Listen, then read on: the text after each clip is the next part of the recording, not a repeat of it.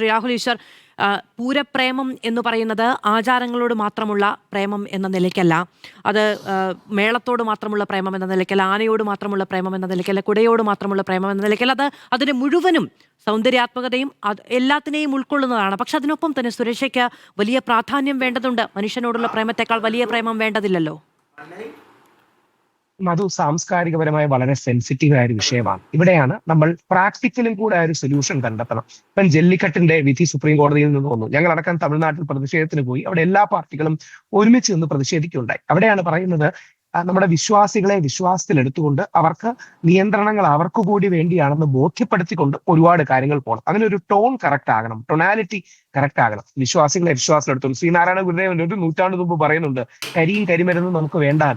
അപ്പൊ എന്താ പറ്റുക എന്ന് പറഞ്ഞാൽ സാധാരണ ജനങ്ങൾക്ക് ഒരുമിക്കാനും സമ്മേളിക്കാനും ആഘോഷിക്കാനും ഒക്കെ സ്പേസസ് വേണം. എന്നാൽ പരമാവധി ബെറ്റർ സൊല്യൂഷനിൽ ഏറ്റവും സുരക്ഷയോടുകൂടി ചെയ്യുക. ഞങ്ങൾ എല്ലാ അമ്പലങ്ങളും ഇപ്പം ഗുരുവിനെ ഇക്കാലത്ത് പിടിച്ച് ആരും പൂരവിരുദ്ധനാക്കില്ല. പക്ഷെ അത് പറയുന്ന ഏതൊരാൾക്കും വലിയ സമ്മർദ്ദം നേരിടേണ്ടി വരും.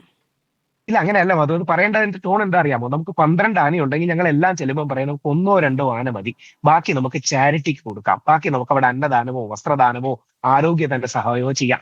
ഈ അമ്പലങ്ങൾ പലപ്പോഴും ഇത് ചെയ്യുന്നത്, ഞാൻ സത്യസന്ധമായി തുറന്നു പറയുകയാണ്, നമ്മുടെ അമ്പലങ്ങളിൽ മറ്റൊരു മെക്കാനിസം ഇല്ല. നമ്മുടെ ക്രൗഡിനെ അട്രാക്ട് ചെയ്യാനും ബാക്കിയുള്ളവരെ കൊണ്ടുവരാനും ഒന്നും ഒരു മെക്കാനിസം പലപ്പോഴും ഇല്ല.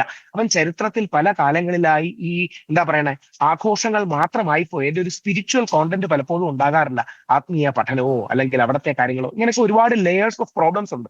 നമുക്ക് അതിന്റെ സൊല്യൂഷൻ എന്ന് പറഞ്ഞാൽ ആർഭാടം കുറയ്ക്കുക, പകരം ഇപ്പം പലപ്പോഴും സംഭവിക്കുന്നത് എന്താ അറിയോ, ഒരു കമ്മിറ്റി 10 ആനയെ കൊണ്ടുവന്നാൽ അടുത്ത കമ്മിറ്റിയുടെ ഈഗോ ഞങ്ങൾ 12 ആനയെ കൊണ്ടുവരുമെന്നാണ്, അടുത്ത കമ്മിറ്റി ഒന്ന് പറയണം നിങ്ങൾ 14 ആനയെ കൊണ്ടുവരുമെന്നാണ്. കേട്ടാ തോന്നുന്നു ആനയ്ക്ക് വേണ്ടിയാണ് ആൾക്കാർ വരുന്നത്.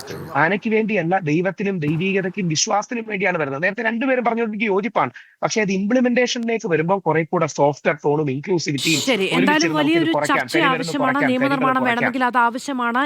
ഈ പൂരത്തിന് ശേഷമാണെങ്കിൽ പോലും ദേവസ്വങ്ങൾ ഒന്നിച്ചിരുന്ന് ഇതിനൊരു പരിഹാരം ഉണ്ടാക്കേണ്ടതാണ്. നടക്കുന്നയിടത്തും ഉണ്ടാക്കുന്നയിടത്തും എത്ര മാനദണ്ഡങ്ങൾ ഉണ്ടോ അതെല്ലാം പാലിക്കപ്പെടണമെന്ന് ഉറപ്പുവരുത്താൻ ഈ സംവിധാനത്തിനും കഴിയേണ്ടതാണ്.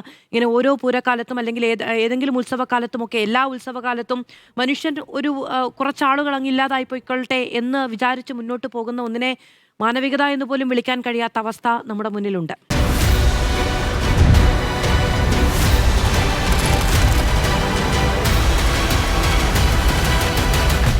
ഡിബേറ്റ് വിത്ത് മാധു സജി.